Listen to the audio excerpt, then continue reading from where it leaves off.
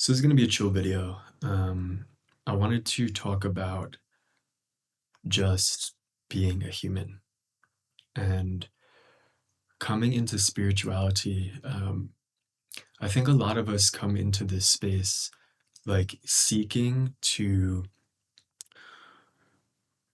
get to some space or state that is beyond where we are, right? I know for me, right? Like I'll take it back. So I'm 28. When I first started really getting into spirituality, I was like 17, 18. Um, and it was coming from this deep place of trauma where not only was I like waking up, going through that like typical phase in the journey of waking up, where you start to realize like, holy shit, the world is not what I was told. Like there's more to the picture, whether that's what we learn through school and academia, or how we're like kind of groomed to like get a job and do this thing, and capitalistic society and all these things, right? And uh, I think there's this phase, like many phases of dark night of the soul, right? But for me, the first one was really coming to terms with like that the systems that are in place in this world, the kind of cultural matrix, if you will, not only does it not have my best interests in mind or anyone's best interests in mind, but that it is set up in a way that like harvests our energy and seems to be run by like very dark forces.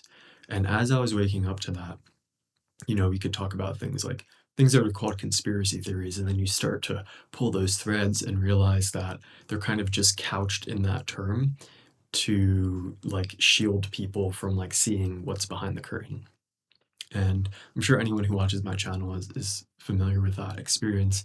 But for me, that really paralleled like this awakening with my family of origin, with my immediate family, uh, coming to terms with how actually abusive and dysfunctional the dynamics in my household were.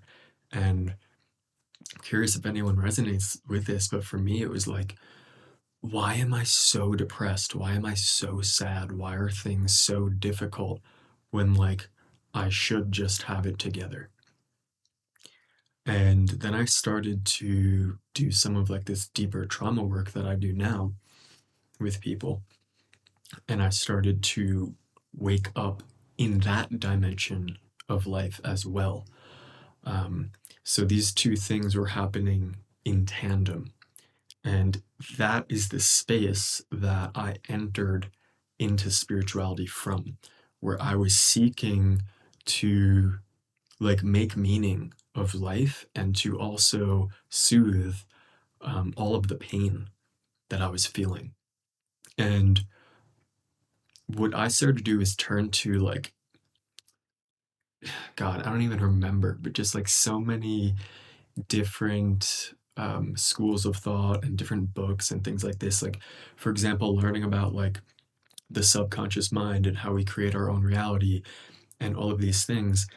And I think it's, for example, like the New Thought movement, like whether that's Abraham Hicks or Joe Dispenza or Neville Goddard or Wayne Dyer or anybody in that dimension, I think it's kind of presented in this way that we can get to this state that is like almost a beyond our humanity, where there's no suffering and we're constantly in like a high vibration and we feel connected to God all the time, and we're like in this like flow state, and that we can some like get beyond these like lower density emotions. And of course I'm in a much different, like I'm not in that space now, but that I'm just taking you back to like where I started, because I know not everyone's gonna be, as where I am in this moment now. And I think a lot of people come to my channel um looking for healing, and they're maybe you're deep in the spiritual game, maybe that has been a long journey for you, maybe you're new to that. But I think there comes a point where like we start to realize that like ideal is not only is it not attainable, but it's not humane. like I personally don't think that we're designed as human beings. Like I think there's a reason why um we experience the things we experience, and why there is like a lower spectrum of emotion. And I started to realize that all the things I was doing, like meditation and breath work and all these, as beautiful as they are, which I still do these things, right? It's just where like the core intention behind them. For me, I was realizing there was such an urgency in a sense to like fix myself, because unconsciously there was such a deep sense of being broken. And what that does is it sets you up on like this endless hamster wheel of healing, the endless hamster wheel of shadow work, all from a place of shame, right? Where you're trying to get to this spiritual concept, this spiritually idealized version of who you think you could be. But there's always a gap because it's actually not inclusive of our humanity. It's something that's beyond human. And what I have found is that, and guys, I'm not sharing this like from a place of like seeking validation or empathy or externally, which those things are beautiful. Nothing wrong or bad about that. I'm sharing this to paint the picture of what my journey in the beginning looked like. So hopefully you can resonate with it, whether you're in that space now or not. Um, but, I still find threads of that coming up in my life. Um, and the truth is, the more we can meet our humanity, the more I can meet my own sense of brokenness and my own sense of like wanting to feel more whole, let's say, that comes from me truly learning how to hold and meet these really sensitive, wounded, vulnerable parts of myself. And that it is that turning towards our own things that we perceive as like flaws, that is what actually brings this sense of wholeness. It's not the attempt to transcend them that does that, but actually the descent into them, which creates that experience. And if you notice the ascent, right, a lot of people are into like ascension and all of these things. The ascent, it's a vertical, even the word, it's a vertical movement. And the vertical is associated with the masculine energetic, the masculine pole of consciousness, right? Because consciousness, oneness, manifests or bifurcates into two poles. Could call that yin and yang, 1-0, masculine, feminine. I'll use the term masculine, feminine here, right? So that masculine pole is vertical. And this is what we see in like the non-duality space. Was the Eastern Enlightenment and the Enlightenment from ancient India, which is unbalanced in the sense that it is it is an attempt to actually get beyond the ego, get beyond the personality, get beyond the human. And there's a space for that. We need to be able to touch that so we can have the whole picture, right? So that we're not just isolated into our ego and into the material world. But these teachings came from an imbalanced, for the time, it's what was needed. But for today, for the modern human being, it's imbalanced because it is not inclusive of our humanity. It is an attempt to get beyond it because it comes from an era that is outside of like the current state of consciousness that we dwell in, which is the personal ego, which is not bad. There's a reason why it exists. Right? And so this is what I'm saying. I think a lot of attempts, people are just trying to fucking dissolve themselves, which is really coming from a place of shame. They want to get rid of these aspects because we have that vertical movement, which we could also attribute to the solar, the sun. But then there's also the descent, this descending movement, which is the feminine. And this is more about coming into our bodies and coming into our humanness and bringing this higher awareness down into these aspects of ourselves. And I really think that that's what the world needs right now. And it's not about one or the other, it's about combining them. And how can we bring, I want to touch on this too, how can we bring the presence of God into our personalities? Because here's the other thing, no amount of spiritual work can fill the void that God is meant to fill. And I use that word intentionally, not source, spirit. I use the word God intentionally to reclaim that word that has been so distorted by like religion and things like this, right? Because even though, you know, those teachings of oneness, right, will say that source is consciousness and it's like the aspect of the I am awareness that's behind the personality, and all that's true. But there's another aspect of like the Father, like the God the Father, and this transcendent being. And the Sufis say something I really love. The Sufis say all souls are feminine before God, meaning there's an aspect to God that is so big and so vast that all we can do is like bow our heads to it. And it is what I'm experiencing in my life is like I've done so much trauma work, guys. I've done so much somatic work. I've done so much shadow work. I've done so much emotional processing. And what I've realized is we can only hold ourselves so much. At some point, we need to learn to be held, to be contained by something greater, and that something greater is God. That something greater is God, and it is found within our own hearts, yes. But it is also something that is beyond us at the same time. It's that paradox. And that's like a different type of work, you know? It's a different type of work. It's a different type of surrender, cultivating a trust, cultivating this awareness and this discernment of like orienting ourselves to look for this guidance, to feel this guidance, to call upon this guidance, and to pray.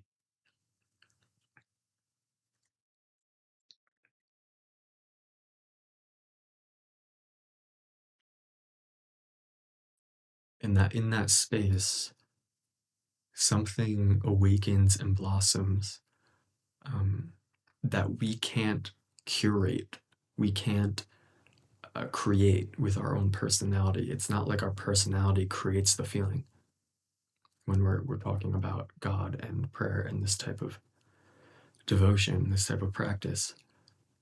It's something that's always here, but that we have forgotten how to experience, and we can like flip this switch almost and practice attuning to, just like a radio, or attuning to the frequency, but the frequency is already there. And so maybe we'll just do a little bit of that right now. I want to invite you to actually put your hands in prayer. If this feels resonant with you, if not, you don't have to. But to put your hands in prayer and feel your hands together and just feel your heart and feel the space around your body.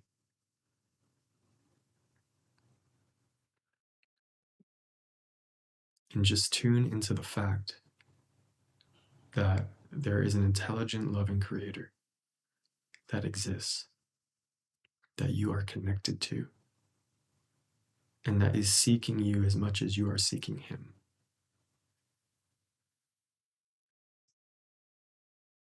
And that is guiding you, and that your soul is connected to. Just feel that connection.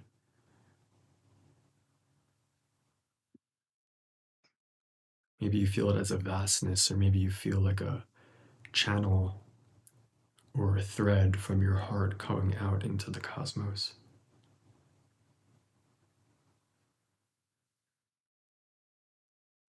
And we call upon the presence of God to be with us in this moment.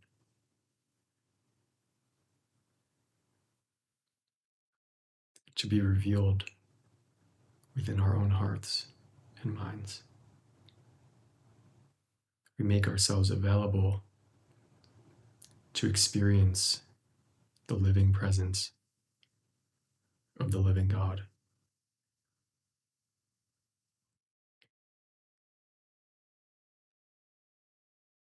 Thank you. Thank you. Thank you.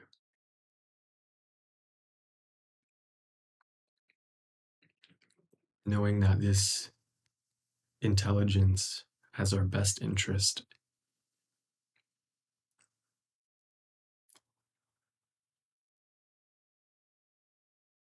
and can guide us better than we can ever guide ourselves. And what you might feel this as is it's like a sense of containment, like being in a container, which is a deep sense of safety. Because without that, it's almost like we're naked in the world. And I think that that is lost in um, a lot of spirituality, like more like new age type of spirituality, again, which is not bad or wrong. But I think there's such a focus on like, I can create my own reality and this and all that. And there's a place for that too. I'm not dismissing that. But I don't really see this aspect in it. And same thing in the healing spaces. Um, and this is all about balance, guys. Like, this is all about the middle way. This is all about tying all of these things together and being able to hold all of these things. This, for me, has just been a really potent piece because I've done so much of all the other work. That this, right now, personally in my life, has been a big source of healing and inspiration and peace, really peace too. Knowing that I don't have to figure it all out, that you don't have to figure it all out, no matter where you are in life. There is a way that you are meant to be there, and that you can't actually mess up, right? And that all you have to do is start to turn towards this presence, and your life will work out in whatever capacity it's meant to. And what that does is it's just like it's just like an exhale. It's just like an alleviation, right? And it's not talking about like being passive and just like sitting on the sidelines all day, but that we don't have to freaking control everything. And that when we create a practice of connecting to this presence, we create space for miracles. We create space for revelation, right? Because revelation is something, the word itself means it's something that's revealed to you. You cannot possibly formulate it with all of your mental knowledge, all of your book learning, all of your pre-planning and goal setting, because it's something that's outside of your mind. It's outside of you, outside of your personal sliver of consciousness. It is revealed. That's what revelation is. So this is the practice of prayer. Like, we have things like meditation, right, which is all about self-emptying, emptying the self. Prayer is about being filled by the presence, being filled by the Spirit. And that is like the lightning strike. What you're doing is the way lightning, like physical lightning, hits the earth, is there is a charge that builds up on the ground. There's an electrical charge that builds up on the ground, and that's what you're doing when you're praying, which is different than like a self-emptying meditation practice, right? Because you're emptying. Where prayer, we're building the charge. That's how you can think of it. You're building that charge. And what that does is it will match a resonant frequency of the electrical charge in a cloud, and bang, that's what creates the lightning strike. It's the meeting of the two. So it's not just the top coming down, but it's the bottom up as well. And you are that charge, and that lightning strike is divine revelation.